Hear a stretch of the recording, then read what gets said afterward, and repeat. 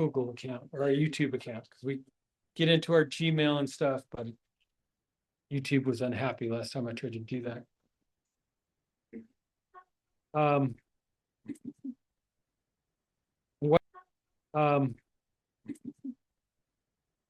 Why don't we just go ahead and launch? My name is Garen. I am the co-president of WINA, and thank you all for coming out. We do have 2, and maybe we'll have 3 candidates for Senate District 34. And that nominating process is coming up soon. That trail begins with the caucuses, and also the petition route is available for folks. So candidates will be able to talk about that a little bit. And with that, Melissa, do you want to tell us what are you prepared to talk about the design overlay? Yeah, absolutely. And if we were really organized, we'd be able to put slides up here, but we're not. So you're just going to have to wing it. That is okay. All right. Hello, for those that don't know me, I am the aide to Councilman Fanball, and I do a lot for land use and policy. I'm here to talk about our rezoning that we're sponsoring on behalf of the community. So it's going to be a long 30-second here. And it goes from essentially Julian, where Three Dogs Tavern is, all the way to Perry. There's 3 parts to the rezoning. There is from me to Julian, it's already zoned 3 stories. So we are just applying an overlay. So this overlay is called the Active Centers and Corridors Design Overlay. And this is just going to preserve the commercial character of that area by ensuring that if it's redeveloped, and only if it's redeveloped, they have to add commercial spaces on that ground floor. So we just don't want to see the commercial character of this area disappear, because right now they can build an entire apartment building. They don't need anyone's permission to do so, and they don't have to include any retail. So this is just trying to preserve that. And then from me to Perry, including the bank over there, it's 2 stories. The bank is a planned unit development, so think of it as customized zoning from long ago. This is a 2-story zoning area, but the active centers and design, or active centers and corridors design overlay, so DO8 is what we call it, doesn't apply to 2-story zoning. But what we're saying is they can build a 2-story apartment building today. They don't need anyone's permission. We want to make sure if something's redeveloped, they have to put that ground floor commercial space in, just to continue that commercial character, to continue the pedestrian activity. Again, only if it's redeveloped. We aren't including any of the homes in the 2 historic districts, so those are excluded, but everything else is included. So this would upzone that to 3 stories, just so we can apply that design overlay. And then with the bank, we're going to bring that into the same zone. Currently, it's got a very old PUD. We don't want to see a car-oriented redevelopment of that space. We don't want to see another drive-through. It just doesn't meet the character of the area. So we want to make sure that that goes 3 stories with the DO8 as well. So we are going to be at council. We've been working with the West Highlands Neighborhood Association and the property owners along here for 2 to 3 years now. It's been a long process. We have already been to planning board. It received unanimous approval to move forward to city council. It was heard at the community planning and housing committee. Also, no questions, had great support, and it moves on to council. It'll be at council on March 2nd for a public hearing. So we're asking people to come participate in the public hearing and to submit letters of support. So I have some printed out letters of support here. We'd love for you guys to grab one. There's some cards, fill it out, email it to me.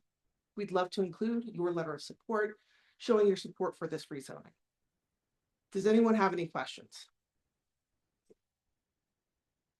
Yeah, Gigi. If I'm writing this letter, is it you? Are you missing what's most helpful? Me as an individual resident, or me as a business owner, or? We'll take really anything, right? I mean, we have really focused on getting the property owners to give their support. We have quite a bit of support, especially in that 3-story zoning area. Over here, it's a little more residential. We've had a hard time engaging people. We're getting people to care enough. We haven't really received any opposition over here. Just a lot of people that are unsure or don't care, quite honestly. Now we're just looking for community support. So if you know a business, if you know, a neighbor or anyone else, as well as yourself, we'd love to have your letters of support. How close is? I'm sorry? I mean, how close is close? I mean, is it anyone in the district, letter from anyone in the district? Yeah, I mean, if you're a Denver resident, that's fine. Okay, all right, great, great. I mean, the closer the better, but we'll really take anyone. Yeah. We're not picky. And the other way to think of it is if you're somebody that values the fantastic retail environment we have here, then that's what really matters. Sure, it just don't know whether it's way more, people actually more expected, but. The most weight really is those impacted, right? Understand. Past that, this is a regional drop. And this area, I mean, people come from all over Denver to the West Highlands community, to Highland Square. And, and all of those people are, as long as they're Denver residents, have a council person that will be voting on this. So we'd love to have those letters of support. Is there a continuing demand for the area, business areas? I mean, the parlor has been empty for almost a year now. So this is really pro, right? Again, this doesn't change what's already there. We just don't want development goes in cycles. If you've been around Denver for long enough, you know that we have boom busts. We don't want to miss an opportunity to do this now before we're finding someone that's already trying to build a 3-story building. This kind of came from what happened, or from the large parcel over where Pizza Alley is. That's all owned by one person, actually 2 brothers. They're 80. We don't all live forever. So they're perfectly fine to keep it as says, and that we have a letter of support from them.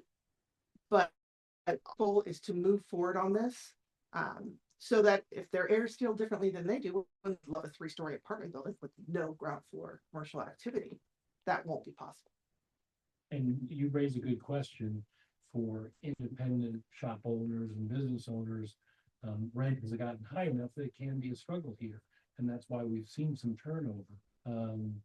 I think the answer to your question is yes, it's still robust enough.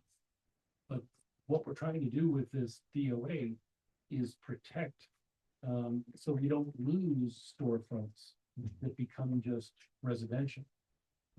Because then we would have that much more of a time keeping the retail area robust. And if you develop, it's a lot easier to make it pencil out and have it be profitable if you don't have the commercial there. So there is a bias for developers to not put the commercial in, which is why we want to protect it. Especially for tax reasons. Exactly. Yeah. And I really do want to thank Melissa. Melissa has walked up and down 32nd more times than either of us can count over the last year and a half, working on our behalf, partnering with us to bring this forward. So thank you. Yeah, and just to be clear, this really does promote smaller spaces. We don't want to have larger spaces that are harder to find tenants for. We want to encourage those small local businesses to move into an area. Any other questions? All right, well, thank you. I encourage you guys to grab a letter and send me an email with that filled out. Thank you very much. Well, just further add on that point, we did take a vote as the entirety of the organization back in September. In support of the overlay. It is sort of an initiative of the organization, so this is the opportunity to sort of engage or re-engage on the issue. It really is probably a critical path issue for the neighborhood, so this has been a product of our committee structure here. So please take the time to send a letter to those folks on the city council. With that, we have 3 candidates for Senate District 34. I will take a moment of personal privilege here. I think all of us have been horrified by the events in our country over the last couple of weeks. And one of the reasons I got involved, why now once again, was the belief that while we don't always have the opportunity to have a giant impact on the national stage, we certainly can have an impact on our communities locally, and it's really local politics that trickles up as it, we've all gotten used to this idea that politics are national and national media and this tribalism defines and drives what happens in this country. It's not the way it's supposed to be. Politics is supposed to be a creature of people getting together locally, solving problems through collective action, making their voices heard on a broader stage. So we've got an open Senate seat. The Senate seat was last open 8 years ago. So these opportunities to really have an impact on what happens in the legislature really comes around not very often. And so this is an opportunity for us to hear, and we'll get this up on YouTube so everybody has a chance to hear from these candidates. Not doing a forum tonight, just asking folks to take 5-10 minutes to introduce themselves, talk a little bit about why they're running. The state legislature is a difficult job. My mother spent, I think, 8 or 9 years down there as a legislative aide after she retired from teaching. She got to work with some great folks, Carl Miller, Mark Udall when he was in the state legislature, and other folks. And myself lobbied down there when I was young for the students of the University of Colorado. So it is a tireless, thankless job. The nuts and bolts of the way the legislature works is challenging and at times mind numbing. I have sat through many hours of hearings on bills, and anybody that's willing to step up and serve the community and be our voice, not just on the state stage, but really what happens in the state of Colorado in terms of the legislative action has knock-on effects even up to the national level. So this race is very important. It's worth our time and attention. So, all right, let's do this. I've picked a number between 1 and 10. Closest one to it gets to go first, or I guess we can punt and go last. So, Chella, you were here first. Pick a number. 10. Okay. 14. Michael. Stop. For last. Okay. All right. Then Defer to my friends. I think Chella was next closest. Is that right? Yes. So you're up first. If you'll take a few minutes and talk a little bit about the nomination process, caucus, the county convention, Yeah. and also the petition process, just to educate folks that may be new to the process. And people on the phone. Yes, they can hear you. And I'm actually going to move out of the way for this. And hopefully this camera will track you. That is very cool. Yeah, Look at it. when it works, it's very cool. Doesn't, it's not something.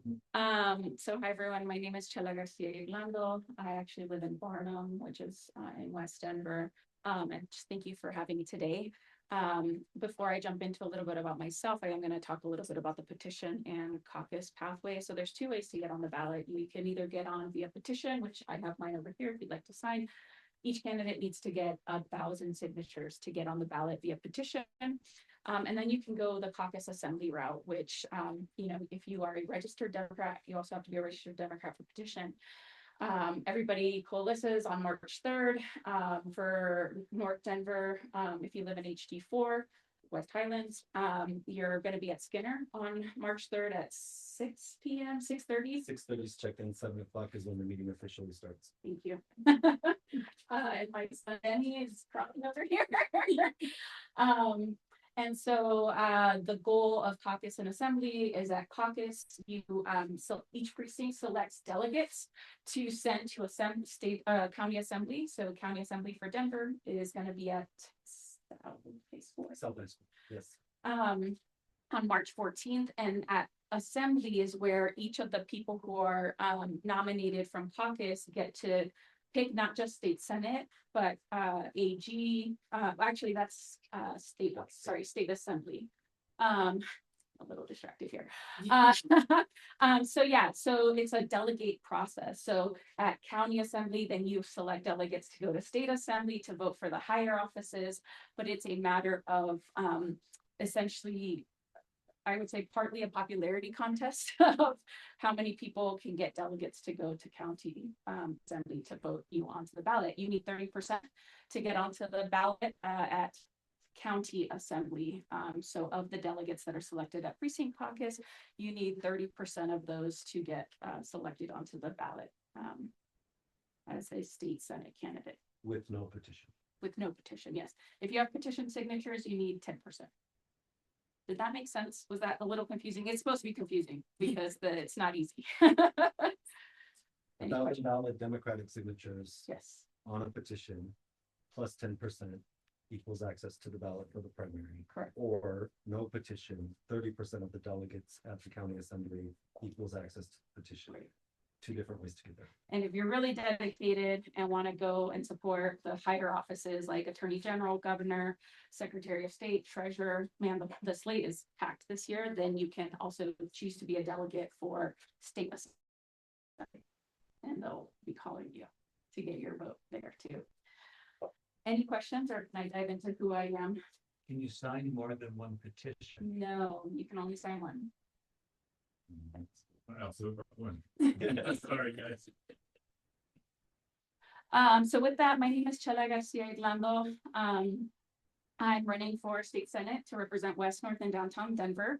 I'm a mom. I have 2 kiddos. I run an environmental nonprofit called the Next 100 Coalition.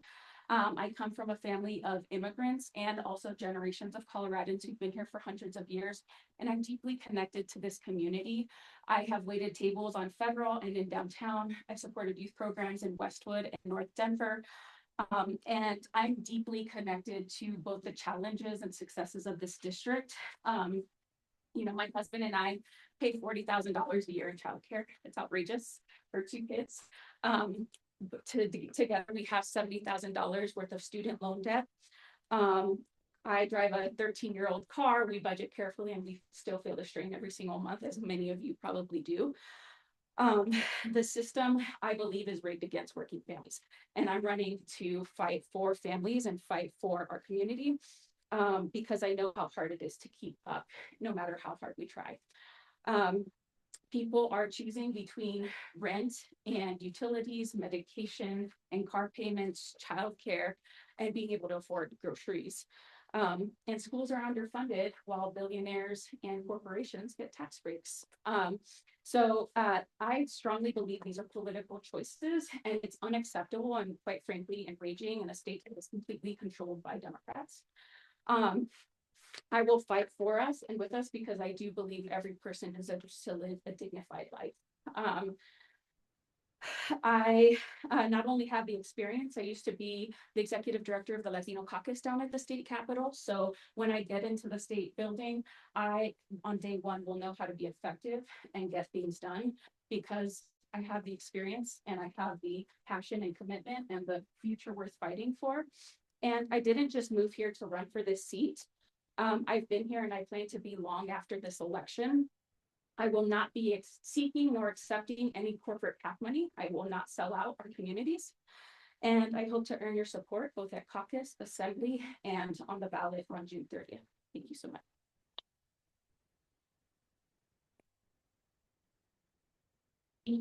Right, you want me to field questions or? So given that this, and I'll ask the same question of all 3 of you, given that the victor in the primary has a very good chance of being the victor in the general in this particular district, I've looked at your looked at information on all 3 of you and your policies, your histories. I mean, there's tons of similarities. So I'll ask you for now and then come to them later. Is there one point you'd like to make that differentiates yourself from your competitors, even though it might be awkward in front of them? I no qualms. First, I said I did not just move here to run for this seat. I've been here and been a part of this community. Second, I am not accepting any corporate PAC money, and I can't say the same for my opponent. And third, I am integrated into every aspect of this community. My kids go to school in Baker, and Southwest Denver. I drive along Perry while the road bumps are, or sorry, the roundabouts are annoying. I understand why they're there, to protect bikers, to protect pedestrians. I have been a part of this community and will fight for it because I want my kids to be able to grow up here. I want them to be able to afford to live here.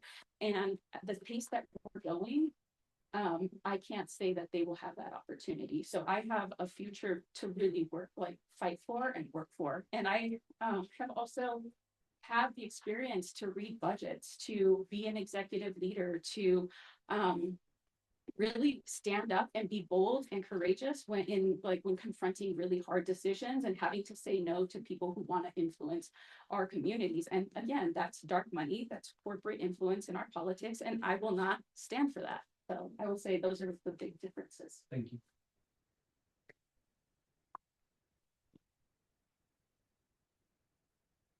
Any other questions?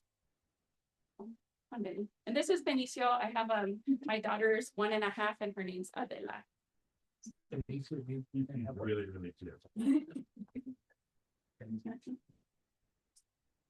Thank you, Sal.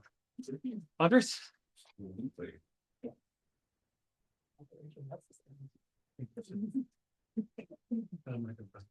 Oh, Well, for about one more round of applause for my Ponychella. And I truly believe that everybody in this race is an amazing person who just wants to make their community better. And so that's the spirit with which I step into this space. Especially in a Democratic primary living under the fascists in the White House right now. I think it's a time for Democrats to come together. So that I don't see this as a contest between one Democrat or another. I see this as an opportunity to spell out a vision about what we could do for you, the voter. So nice to be here with everybody today. I know this is everybody's favorite part of their day. You've worked an entire long day and you just cannot wait to see these wannabe politicians just get up and hear themselves talk. So I'll try to keep this as painless as possible out of respect for you. So for those of you I have not yet had the pleasure of meeting, my name is Andres Muriel Carrera. I'm the son and grand immigrants, a first-generation American, a proud Chicano, and yes, of course, a candidate for Senate District 34. For one very simple reason. People in Colorado are doing honest work and they're not getting ahead. So that's not a personal failure. That's a systemic problem, right? So you see people working as everybody here does, full-time jobs, oftentimes two, and they're skipping vacations. They're flinching at the grocery store cash register when the total pulls up. And they're having to put those groceries back on the shelves. They're delaying vacations. No one's going to the movies anymore. Times are tough. To say nothing of what students are going through right now. So if you're a student, you're working for years and years and years towards your degree. You're getting into bone-crushing debt, only to be replaced by AI upon graduation. Does any of this sound familiar? It's a pretty bleak scenario. So I'm running for office because that ends now.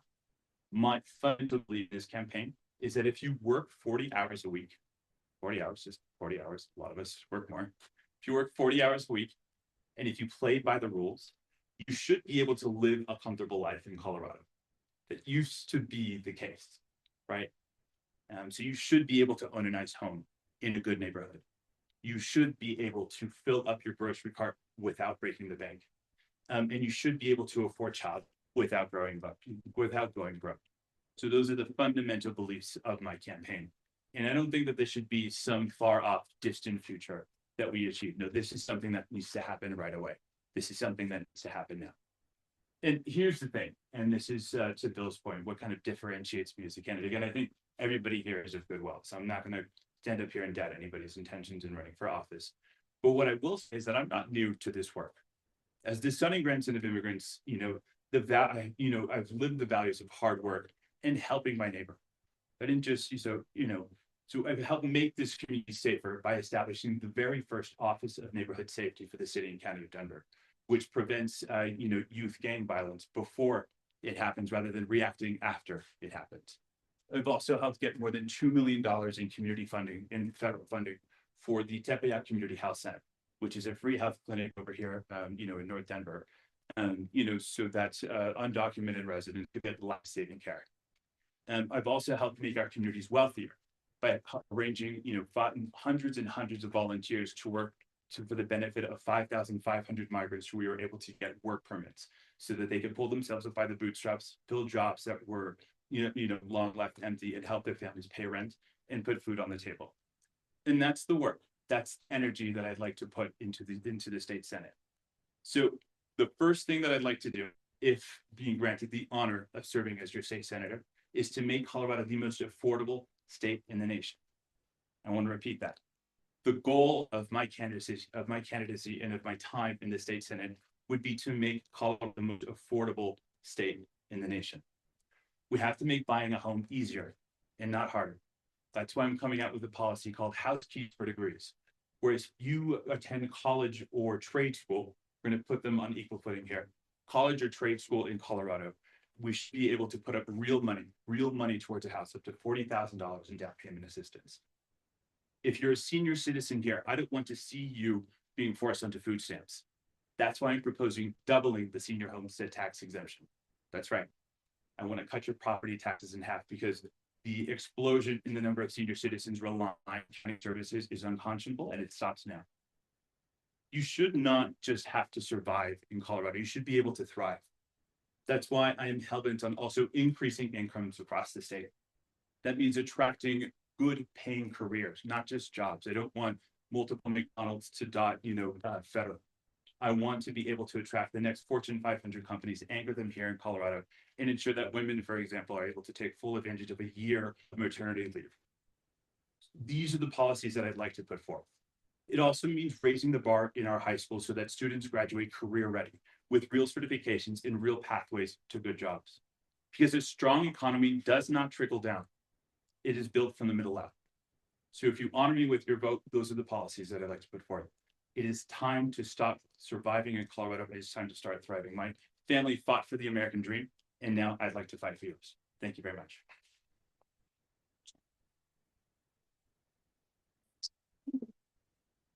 All right. I already asked it, you answered it. Yeah. Any other questions from the group? Yeah. I also have a question for all three candidates. There's a lot of policies and boundaries that I'm aligned with, but where would you like to get the revenue from? Like, would you be taxing businesses, residuals, Sure. property, or what's the tools that you guys prefer to use? That's an excellent question. In fact, that's the $850 million question. Chella's posted good videos about, how the state capitol right now is tracking, these gigantic budget cuts that are happening right now. For the next 4 years, any politician who gets up here and tries to promise a program needs to be able to tell you how they're going to be able to do it under this fiscal environment. My cornerstone policy is House Keys for Degrees. So that would cost about $2.2 billion for the state. So it essentially promises that 75,000 graduates who are coming out of CSU, CU Denver, Metro, all of our major colleges, and all of our trade schools are able to get about $40,000 in down payment assistance so that they can buy a home. Used to be the case, right? You go to college or you go to trade school, you buy a home. Now, instead, you have a generation of people living in parents' basements. I know that that's happening with members of my family right now as well. So two major ways that you can do this. The way that you get $2 billion for that program is by increasing income taxes for people making $400,000 and more by 1.5%. Here's why I'm there. People making $400,000 and more in the state of Colorado under the Trump tax cuts are able to get, guess how much of a tax break they're getting right now. Big. Yeah, upwards of $80,000. $80,000. If we're able to just a bit of that, if we're able to keep just a bit of that, then we're able to ensure that over the next 10 years, there are 750,000 homeowners across the state of Colorado who might not otherwise achieve the dream of homeownership. That's also $1.1 billion in property tax revenue that feeds back into the system. So the short answer is you're going to tax people who have been enjoying a tax break for far too long right now. Yeah, that's a great question. Other questions? Isn't the issue more the supply? Yeah, that's it. Yes, and that's yes, it is. A large part of the reason why you're not seeing the housing supply that you have right now is because you have restrictions that are, I believe, well-intentioned, but get in the way of building a robust housing supply. It also doesn't help that Trump is tariffing everything that moves at this point, right? So you don't really know what a 2x4 is going to cost tomorrow, because of instability in the international trade system. And so then, I think one of the big budget neutral things you can do. So obviously I'm not going to have $2 billion if I were to be elected state senator right at the get-go to pass my policy, right? The number one thing I'd like to do for people coming out of college and trade school is ensure that we streamline the permitting and the zoning processes across the state. Each county has its own permitting process, makes it almost impossible for a developer to do what they do best, develop housing. And that's not just your for-profit corporations, your for-profit developers. These are nonprofit developers who say, Andres, we could build our way out of this solution if the government just gets out of the way. I'll give you an example. A standard design process, or excuse me, a site design process, or an SDP, is these days about 500 pages long. So if we were to rewind the clock back to around the early 2000s, that SDP would be about 120 pages. So that's more than, that's about 400 pages of extra rules and extra regulations that developers have to jump through in order to build their housing there. So we need to shrink that. That's a big problem. And that's a budget neutral way to do that too. So I don't need $2 billion to do that. I can just go in there with a hatchet and then slash all the regulations that don't make sense.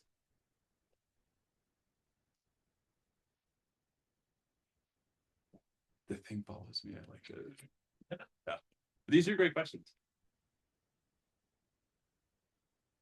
Okay. Others? All right. Thanks very much.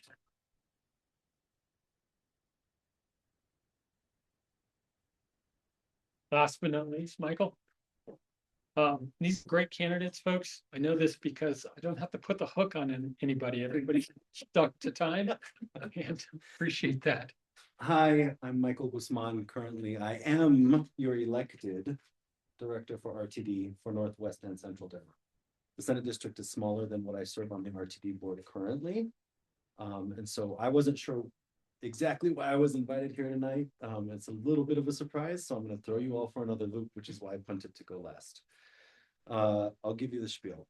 I grew up in the West Side. I am from the historic Baker neighborhood, lived in Barnum, went to school in Villa Park, lived in the Spear neighborhood, and now I'm over in Sunnyside. I've been a PO with the Democratic Party of Denver. I was your House District 5 captain, chair, and Senate District chair before I left the party to run and work on the RTD board. I jumped in the race because you've got two fine candidates from this side of the Senate district, which is House District 4, and nobody stepped up from House District 5. And that was worrisome for me because I didn't know these two. With all due respect, because I am a native son of Denver and I am from this part of town, and I know it with my bare feet and my shoed feet, that I want you to understand this is not easy. You are getting the breaking news. This has turned into quite the popularity contest, and I am not interested in that at all. Did that in high school. I've been out for a long time. So I'm going to suspend my campaign. I don't want to divide the Democratic vote. I want strong Democrats leading in this district. And I am going to throw all of my weight behind Chela because I believe she is the one that represents us the best in this race. And I want to be very clear where that comes from. One, there are a lot of endorsements being thrown around, which violates Democratic Party rules, violates conscience, because we're not supposed to do that until the primary, when we have decided who the front runner is as a community. And a lot of the endorsements are coming from places that don't have any effect or care about our Senate district. Now, while it is true we have to work with everybody across the whole state, and I want you to keep that in mind. What is promised to you here in 34 doesn't mean a whole lot unless the rest of the senators are willing to get behind it. And we have a due responsibility in the legislature to look out for the entire sovereign state of Colorado. All I hear and all I have heard are policies and plans that are very specific to one district. And we need to think bigger than that because you have a larger role as a senator. Thank you for that. I came because I wasn't sure if I was going to be answering your RTD questions or this, but I am announcing that publicly for the first time. Now, I have some work to do to officially say that I have suspended my campaign and what I am doing because there are rules about that and laws that I have to follow. But that is the direction that I am working in. Okay, I want to be very clear on that. No disrespect to you, Andres. Love you, my friend, but I do believe that Chelo is the better candidate in the situation. And for what it is worth, a homeboy from Denver, grew up in the West Side, mocos and run, barefoot, running on the sidewalks in Baker, scraping my toes. I have seen the city change in ways that I'm not happy about. To answer some of the questions, what would differentiate me from other people is I already serve in an elected position. So the rules are very clear for me and how I can behave and perform. However, I serve in a position where it is not dominated by party politic. We have to work together. A senator is going to have to work with people from the other side of the aisle, whether you like it or not. Who you put in that seat matters. If they're too far to the left, there's not going to be any goodwill and cooperation. And cooperation, collaboration, and good communication is what gets things done. Okay? I'm not into the practice of promising things I can't deliver. I made one promise when I ran for the RTD board, that was to leave it better than when I found it. Baby, let me tell you, working with all of our state legislature, all of our state leaders in DC and back here, I have been able to bring down millions of dollars for public projects, both on federal, which affect all of us, the only street in the state that you can speed and be stuck in traffic at the same time. I am carefully watching what's going on with Colfax BRT. I am working on plans. Last year, I was responsible for the budget for RTD, right? We uncovered some things and I'm going into audit this year to make sure that we are doing things right to serve you, because we, the taxpayers, we, the people, pay for that service. It doesn't get funded from the state. But if you voted to de-Bruce it, RTD, thank you. That was a big help. We can keep the money and we can do the work that we need to do, even as we face a potential deficit that is coming at us at a neck break speed. And we are doing everything we can to get there. Put that to the side for a second. I want to make sure that I tell you, it has been an honor to step up and serve. And I will continue to be involved in politics in our neighborhoods. You're not seeing the last of me, but I have an opportunity to go to school. And so I have to weigh that against my opportunity to run for Senate. And that is taking a bigger priority, because we need people here that understand how you manage public transportation systems. Because I can guarantee you right now, there is not a single person under the gold dome where they believe the world revolves around them, and it doesn't. Most of our worlds revolve around our dinner table, I would imagine, that know nothing about public transportation. The experts that do know it are not being listened to by the senators.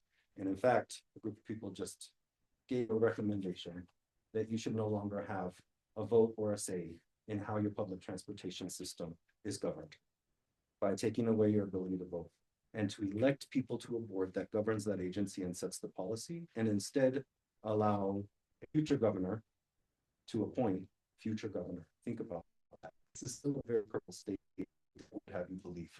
Somebody who may not care about public transportation in the least, or somebody who might be solely focused on one aspect of a network, that's all that matters, because they cannot get to the money to build out that infrastructure without damaging other parts of the system. And we pay the lion's share of sales and use tax to RTD. It's last year, the number for 2024, I think, was a total of about $95 million. That's about a third of the operating budget of RTD. And now you're being told you don't even matter enough to ask you whether that's what you want or not. We're just going to take that away from you and give you potentially a group of 600,000 people that you're going to have representation by one individual on the board. That reduces Denver's power and authority in this situation. We currently have 5 that split the responsibility of Denver down to maybe 1 that really gives a damn about Denver. Pay attention. Things are happening, right? And that was presented today while I was at city council dealing with our city leaders that are really the ones that need to make some decisions about what's going on with their infrastructure. All that to say, none of this is easy. Politics can be a lot of fun when there's fun things to celebrate and ribbons to cut. But the answer to your question, very specifically, without doing something about Tabor, nothing is going to happen. All the promises that are made, any idea that comes up that's going to require a fiscal note, cannot be paid for, cannot be funded, cannot be considered, and will not be considered, I guarantee you, by the Joint Budget Committee unless we deal with Tabor. And that's an all of us in it together situation. You need to understand what it is, where it came from, what happens, and why it's restricting government from taxing and spending. The very main function of any government. Tax, collect the money, and then to spend it wisely as stewards of your dollars. So if you want to see things change, that's where that change needs to happen, and any candidate that's going to stand before you better damn well have a way to deal with Tabor once and for all, because we are the only state that got it in, and we are the last state to have it, and we need to make sure we fix it. Thank you for your time. If you've got questions about RTD, feel free to call me. I'm there for the rest of the year. Happy to answer.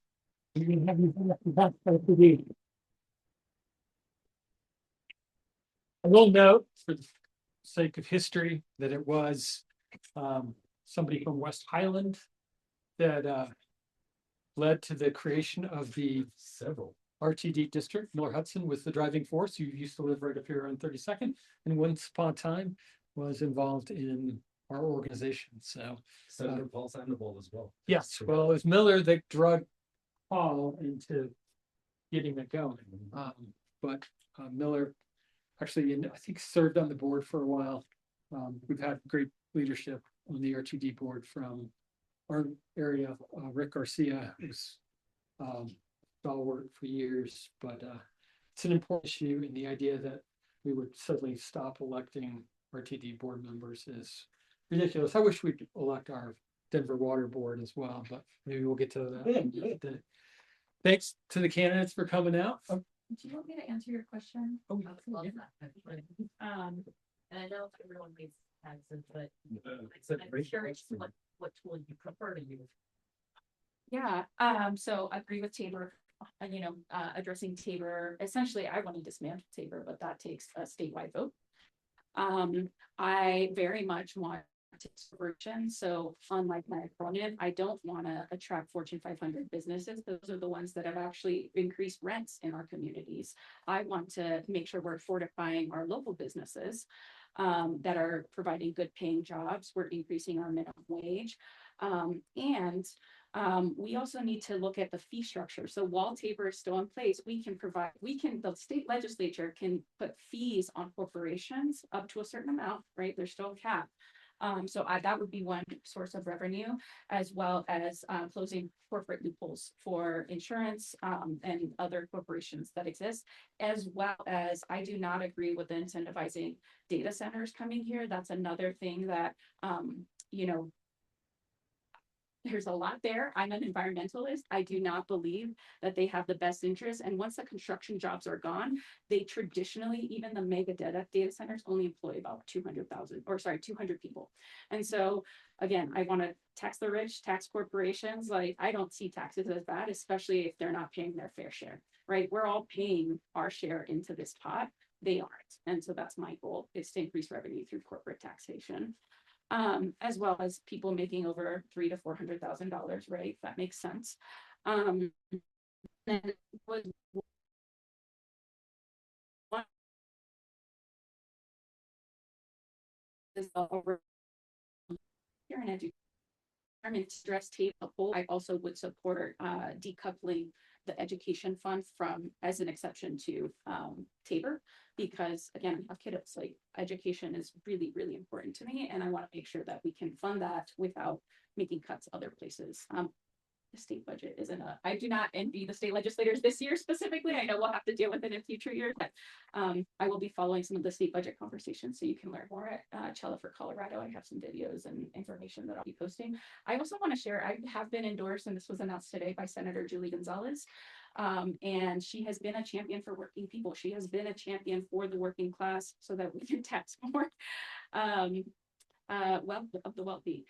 Hyper wealthy. When I say wealthy, it's not like everyday people who are, getting Social Security or pensions, right? I'm talking about like billionaires, right? Not everyday people who have made an investment into their stocks. So I'll stop there. I could go on and on and on, but that's how I would address is tax revenue increases. Thank you. Do you want another bite at the apple since we've got? Sure. All right. Regarding how to increase revenue. Yeah, just keep it briefish and Sure. just want to give you a chance to respond because Chella had another bite at the apple. Sure, absolutely. I mean, here I don't see much of a departure from, my opponents in the field. Increasing taxes on corporations and increasing taxes on people making $400,000 and more, to me, makes a lot of sense in an environment where your rich are getting richer, your poor are getting poorer. And right now the middle class is rapidly disappearing. Let's take, Kroger's, for example. And so Kroger's increased the price of bread. I think we can all agree, you know, that the price at your average Safeway, at your average Albertsons or King Supers, it's just exorbitantly high, right? And well, unfortunately, they increase the price of bread and they blame it on inflation. It's not due to inflation, and it's corporate greed that's driving the price of bread. They'll never decrease the price as soon as the price of bread goes down, so that they post record profits at $1 billion. And so then I think it's important for us to be able to get a piece of that revenue so that people in this city can eat. 1 out of 7 Denverites, that's about 110,000 human beings in this city, are food insecure. In the richest country in the history of the world, 1 out of 7 Denverites is food insecure. And so then I think taxing corporations whose profits are in the black in order to pay for things like affordable grocery stores, which is something that Mayor Mamdani is pushing, I think makes a lot of sense. Thanks. So from the lofty to the mundane, Bill, we'll talk about pedestrian safety on 32nd. That's mundane. Well, Very transition. I did almost get run over though, coming here, walking the 120 feet. Sure. Many of you Come on. are, You gotta make sure you're on camera and near the mic. certainly some of you I know, and hopefully many of you were at the meeting last May that Councilman Sandoval organized with the director of Dottie, Amy Ford, I believe is her name. Since then, both the Transportation Committee and the Land Use and Planning Committee have been pursuing an ongoing dialogue with Dottie on how we get in the queue, to use their phrase, get in the queue for further pedestrian and bicycle safety on 32nd. We heard it loud and clear in May. We had heard it previous. There's also concerns about parking, and that's a shared concern both with residents as well as merchants and business and building owners. So there's a lot to deal with. But what we heard from Dottie is they weren't going to put us in the queue until the results of the speed bumps on 29th had been put through a new study to determine whether or not that's affected the traffic on 32nd. That was done, it wasn't done. The data was collected in September. And we've been pushing ever since then to get the raw data, with the idea that we don't want them to just hold on to the raw data and 6 months from now, get some kind of a report from Dottie that we really didn't have any input into. So it's been a difficult road, and in front of the advisory board committee for Dottie. I've been working with the District 1 advisory board member for Dottie. Many of you may be aware that Dottie's under a lot of pressure right now for some decisions they've made recently on Alameda. Not to mention the fact that they were very, let's be honest and fair to them, that they're under a lot of pressure because they lost a lot of headcount in the budget cuts. So all that to say that we're using that as our main line of work to try to get this done. Secondarily to that, I'm actually working with the Transportation Committee at Inc. Many of you may not be aware of Inc., but Inc. is the citywide organization where all the RNOs come together to share problems and solve things and be a resource to one another. And what I want to do there is actually find some other areas, some other neighborhoods that have a similar, what I call hotspot, that they feel really needs work for pedestrian or bicycle safety, and then band together, get some idea of what it's going to cost to deal with these hotspots, and then not quite sure how, but get in front of the mayor and basically let him know that if he doesn't support us in some way in a reasonable period of time, that if he's trying to get his next fancy vibrant bond passed, that we are going to be resistance to that vibrant bond. I mean, from my perspective, and this is more of a personal comment that some of you may not agree with, but the vibrant bonds is $1 billion. By the time we're done paying for those, it's $2 billion. Okay, which I'm not saying those projects are bad. As a matter of fact, most of them are likely good. But the issue is they're shiny, fancy, big projects. And what Denver needs some focus on is taking care of things like pedestrian safety on 32nd. So we've got to find a way of bringing that and getting it in front of the mayor. Unfortunately, there's limited things that the council office can do for us in that regard. Melissa specifically helped us with getting in front of Dottie, but that doesn't mean it's going to impact us. So anyway, those are the things we're working on. If you have any other questions or thoughts, or you want to be involved in it, please let me know.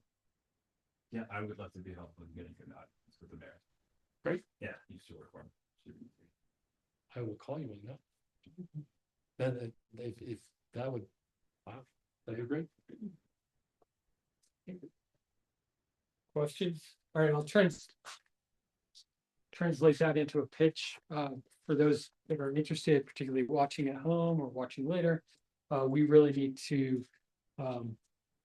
focus on building up our committees. The stronger our committees are, the better chance we have in making an impact on decision makers, whether it's the city or elsewhere. So with that, we'll call it a close. I am so happy that our live stream looks like it stayed up.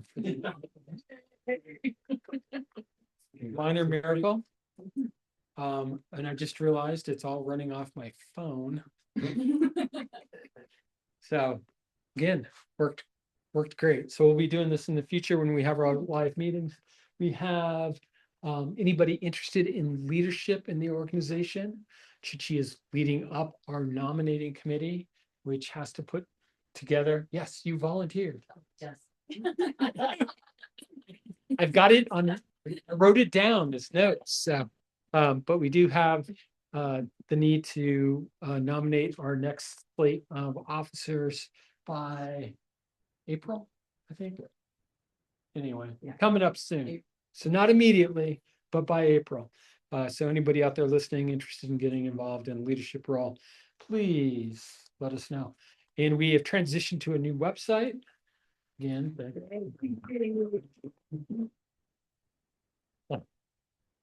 our legacy website is still hanging on by a thread someplace, but we'll get that squared away. And hopefully we'll get into the 2020s tech-wise here soon as we catch up with our somewhat degraded tech stack.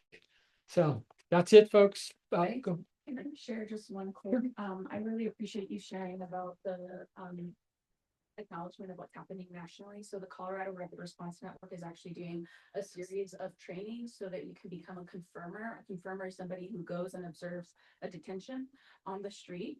It's a network, and so you take a training, and then you kind of get in the queue of whenever there's something within your radius, they'll call you so you can go run over and you can, an observer. So Colorado Rapid Response Network, just Google it, and their website and trainings will show up too. So I just wanted to share that because again, with the state of the world, we should all be pretty prepared. Yeah, which elevated people. go ahead. Sure. So there's another organization started by the Highland Mommies. We're familiar. Yep. And it's called Co-Pass No Borders, and I'm honored to have the endorsement of the president, Andrew Whitehall. And so she is organizing a get together at Denver Friends Church here on Saturday. And so then this is kind of a one-stop shop for folks who need support who are in the migrant community, help with work authorization, help with asylum applications, and help connecting with everything from a box of band-aids to legal help. So it's again this Saturday. Feel free to talk to me about the We'll try to get some of those resources up on the website. We do now have the sponsorship of Highland United Methodist, which is why we're here free of charge. That church has been very active in supporting the migrant community and probably, well, I won't say this in a public forum, but very active in providing support to families affected. So another very local, like right across the street, doing yeoman person work in supporting some families that are in less than a great circumstance at the moment. I'm really glad that you brought this back up, because with the state of the world and the situations that we're dealing with, and there is actually a local group that is partially involved with a national organization called Indivisible. Some of you may know about Indivisible, but the local group is called Community Reliance Gatherings. They actually meet here every 2 weeks, and they've got a number of different activities and ways that you can volunteer. They've kind of got a dual mission of helping people know where they can go to volunteer and help if they want to. And their second mission, frankly, is just building community and the ability for people to lean on each other, you know, if they're scared or worried about the things that are happening out in the world.